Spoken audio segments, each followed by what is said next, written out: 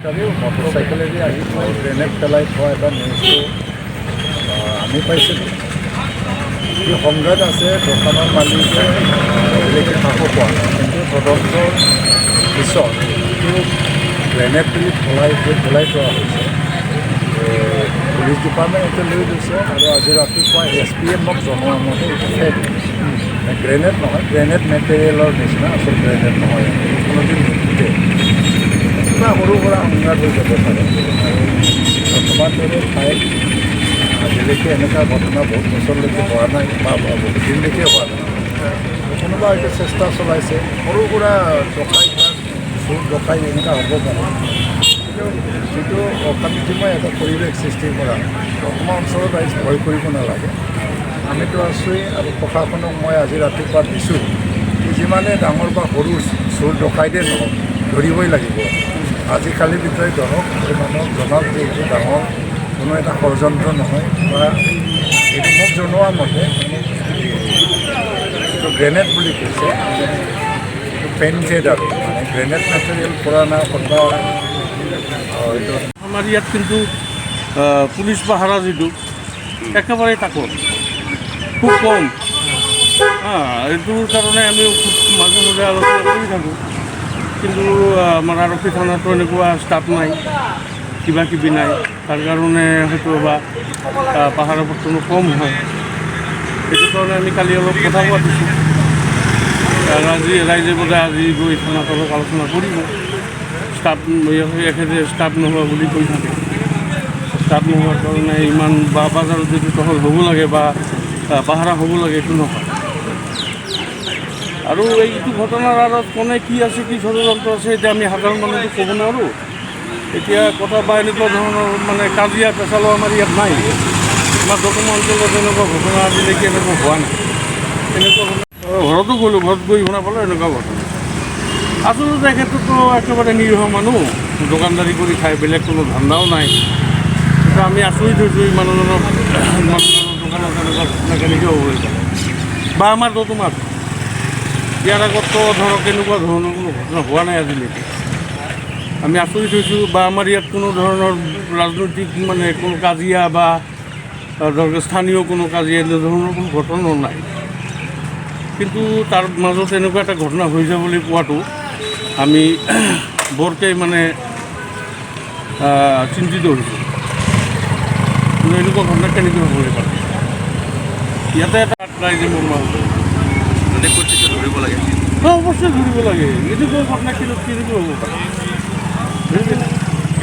আৰু গ্ৰেনেড যে ওলাইছে এইটো CC কেমেৰাটো কেপচাৰ হৈছে, মানে CC কেমেৰাত বন্দী হৈছে। এজন এটা বাইকত আহি বাইকত আহি আপোনাৰ এই আমাৰ দক্ষিণ ছাইডৰ পৰা আহি আকৌ ধৰক যিটো টাৰ্ণিং দি ওলাই গৈছে। হেলমেট পিন্ধা আছে। কথাটো হ'ল যে এই আমাৰ দতমাৰ সমেন চৰকাৰৰ দোকানৰ সন্মুখত যিটো গ্ৰেনেড নিক্ষেপ যোৱাকালি ৰাতি 9টা বজাত কোনোবাই কৰিলে, এই ঘটনাটো আচলতে কেনেকৈ সংঘটিত হ'বলৈ পালে বা কিহৰ কাৰণে কোনে কৰিলে, ইয়াৰ লগত কোন জড়িত আছে আৰু মতলবটো কি আছিলে, উদ্দেশ্যটো কি আছিলে, এই গোটেইবিলাক এতিয়া আমি মানে জোৰদাৰভাৱে তদন্ত কৰাৰ নিশ্চয় প্ৰয়োজন আছে। মই পুলিচৰ লগত ইতিমধ্যে ৰাতিপুৱাত যোগাযোগ কৰি পেলাই যিখিনি খবৰটো পালোঁ, তেখেতসকলৰ যিটো ভাষ্য আৰু আমাৰ ৰাইজৰ যিটো ভাষ্য, এইটো আমি অলপ মিলাই পেলাই চাব লাগিব। যিয়ে নহওক ঘটনাটো যিহেতু সংঘটিত হৈছে, গ্ৰেনেড নিক্ষেপ কৰা ঘটনা, এইটো মামুলি ঘটনা নহয়। উদ্দেশ্য যিয়ে নহওক, এইটো এটা মানুহ হত্যা কৰাৰে এটা উদ্দেশ্য আছিল বুলি আমি ক'ব লাগিব।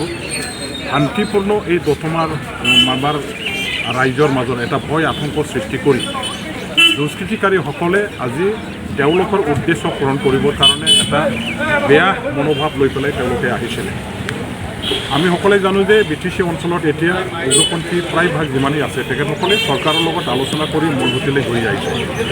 তেওঁলোকৰ নিজৰ নিজৰ সমস্যা সমাধানৰ কাৰণে চৰকাৰে যিটো পদক্ষেপ ল'লে, এই প্ৰক্ৰিয়াৰ দ্বাৰা দি এতিয়া সমস্যাবিলাক সমাধান হ'ল, অস্ত্ৰ সম্বৰণ কৰিলে মূল হোটেলে ঘূৰি আহিলে কেইটামান আকৌ সংগঠন বাহিৰত আছে আৰু এই সংগঠনসমূহে এইবিলাক ঘটনা তেখেতসকলৰ ফালৰ পৰা কৰিছে না কোনোবা ব্যক্তিগত স্বচ্ছতা থকা ব্যক্তিসকলে যুক্তিকাৰীসকলে কৰিছে না নতুনকৈ কোনোবা আকৌ এই ধৰণৰ উগ্ৰপন্থী সংগঠন জন্ম দিছে এই গোটেইবিলাক তদন্ত কৰি চোৱাৰ প্ৰয়োজন আছে এতিয়া বোমা যিটো নিক্ষেপ কৰা হ'ল যোৱাকালিৰ বোমা এই বোমাটো আচলতে অৰিজিনেল বোমা হয় না হাতেৰে সেইটো মানে কি কয় সজোৱা তেনেকুৱা বোমা হয় ইয়াৰ ওপৰতো পৰীক্ষা নিৰীক্ষা কৰিবৰ কাৰণে পুলিচৰ এক্সপাৰ্টবিলাকে এতিয়া তেওঁলোকৰ কামখিনি আৰম্ভ কৰিছে বুলি ইতিমধ্যে পুলিচৰ পৰা মই গম পালোঁ কিন্তু যিয়ে নহওক দোকানৰ সন্মুখত য'ত নেকি মানুহবিলাকৰ সমাগম ঘটে আৰু